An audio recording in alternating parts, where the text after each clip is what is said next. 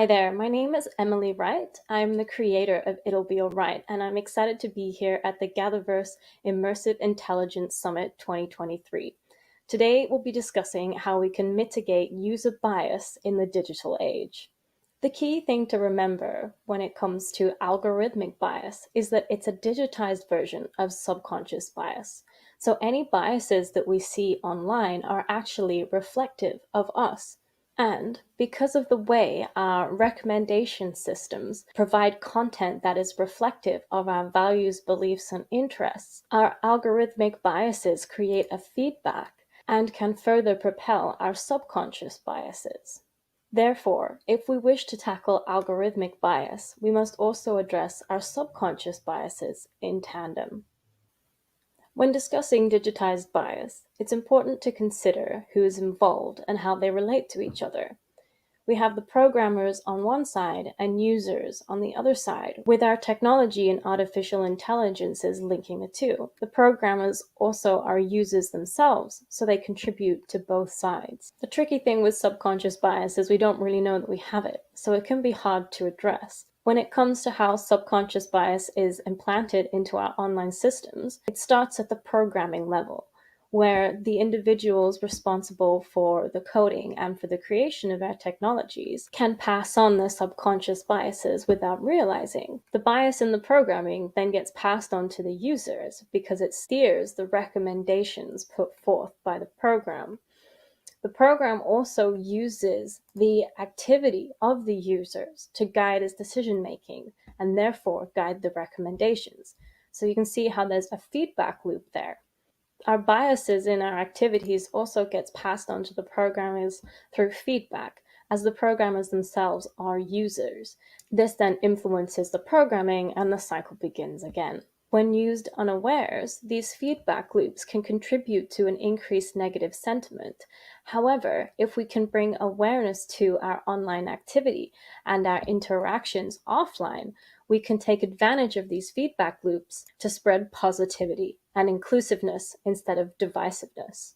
Today, we will be focusing on the user side of this, and we'll be discussing how we as users can contribute positively to the online community. Remember that on or offline, we're all part of a community, and we influence each other within this community. Our actions and our decisions do matter, and they influence the people around us. In our collectives, we share recommendations and information, but we also share our worldviews and our mental states, and we can influence each other in all of these matters. We all contribute to these things, even if we don't realize it. So by bringing some conscious awareness to the way we interact with each other and ourselves, we can learn how to positively contribute to our communities. In the digital age, we have this extra layer where information is filtered through our technology and dispersed throughout our collective on a much broader and faster scale. Although this has been profoundly useful at connecting us and sharing information, there are also risks involved. Part of that risk includes how our information is sorted and prioritized. We prioritize information based on our values and our perspective of the world, which includes our biases. Because our biases are passed into our technology and our artificial intelligences, we must be aware of the consequences of these interactions. The individual and the collective have an indirect effect on each other through our technology. If we do not bring awareness to our online habits, we can unconsciously be worked into a little niche where we are consistently shown repeated content, but it's structured slightly differently, so at first glance it appears to be new. However, when we're consistently exposed to repeating content, this also influences our state of mind and therefore our worldview. We all have a responsibility as to how we steer the collective consciousness through our habits and decisions, both online and offline, whether those be conscious or subconscious decisions. Don't underestimate the power of our online reality, because our online reality is a reflection of our offline reality. Not only does our online content reflect the state of the world, it also reflects our state of mind. Not only does it reflect your personal state of mind, it also reflects the state of mind of the collective. Therefore, as you engage online, you also have the potential to influence the state of mind of the collective and steer it in either a negative or positive direction. When engaging online, it's important to check in with how you feel. So, ask yourself a few things. When I scroll, do I experience mostly positive or negative emotional reactions? This will tell you about your overall state of mind.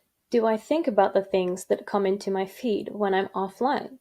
This will tell you about how much your online content is impacting your life and your mindset. Do I have strong emotional connections to the things I see online? And if so, how is this emotional connection influencing the rest of my life and the people around me?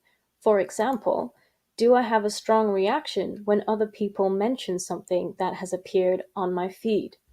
And if this is the case, have I explored the alternate point of view if I feel strongly about something? By considering these questions, we can start to make observations on how our online content is influencing us in the rest of our lives. Remember that every click counts. Your voice matters, as does your activity and your decisions. Everything you like, share, comment, and click matters, and it contributes to the progression of the collective consciousness. So, if we want to steer ourselves in a positive direction, here are some things to consider. Firstly, if you see consistently negative content on your feed, look for the opposite. Find some positive news and follow or subscribe to someone with positive content. If you keep seeing similar information presented in a different way, research the viewpoint a little more thoroughly. Aim to find 3 sources for and 3 against. It's important that we consider all perspectives before we make a decision on anything. If we are also consistently seeing emotionally jarring content, be aware of that and aware of how it makes you feel. Take a break and then learn a little bit more so you can address the emotion and understand why it makes you feel this way. If you're consistently clicking recommended links, look for the same and the opposite information elsewhere. Don't be too reliant on the first recommendations. And if you rely on the headlines for news, take some time to read the entire article, because sometimes there are pieces of information at the end of an article that actually contradicts the headline. Recognize the limitations of the information before you share it. And if you do choose to share, corroborate the story with another source and do some research elsewhere. Also check the validity of the sources and be careful that sources don't quote each other. It's not just about the information that we view, it's also about how we share information with other people and how we relate to it. As we come to a close here, I'd like to provide some points to bear in mind as you're perusing online. We will always not know more than we do know. This will be the case as long as we live, and that's part of what makes life exciting. We are responsible for our content. It's important that we understand that the things that we see online are a result of our personal activity and habits. It is therefore our responsibility to do something about it if we don't like what we're seeing, because our feeds are reflective of what we put out into the world. And thus, we all have the power to influence the collective, and our technology expands this potential. In bringing awareness to our online content and activity, we can help to ensure our decisions are our own.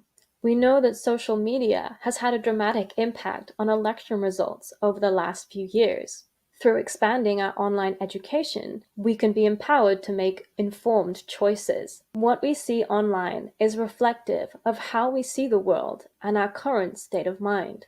If our feeds make us uncomfortable, that's something we can address. Steer your feeds to a place that excites you and inspires you. Most importantly, we are all connected, and our views, actions, and decisions matter. Thank you so much for listening. If you have any more questions about consciousness and bias, feel free to reach out to me at It'll Be Alright on any of my social media platforms. Thank you again to GatherVerse for having me, and I hope you enjoy the rest of the summit.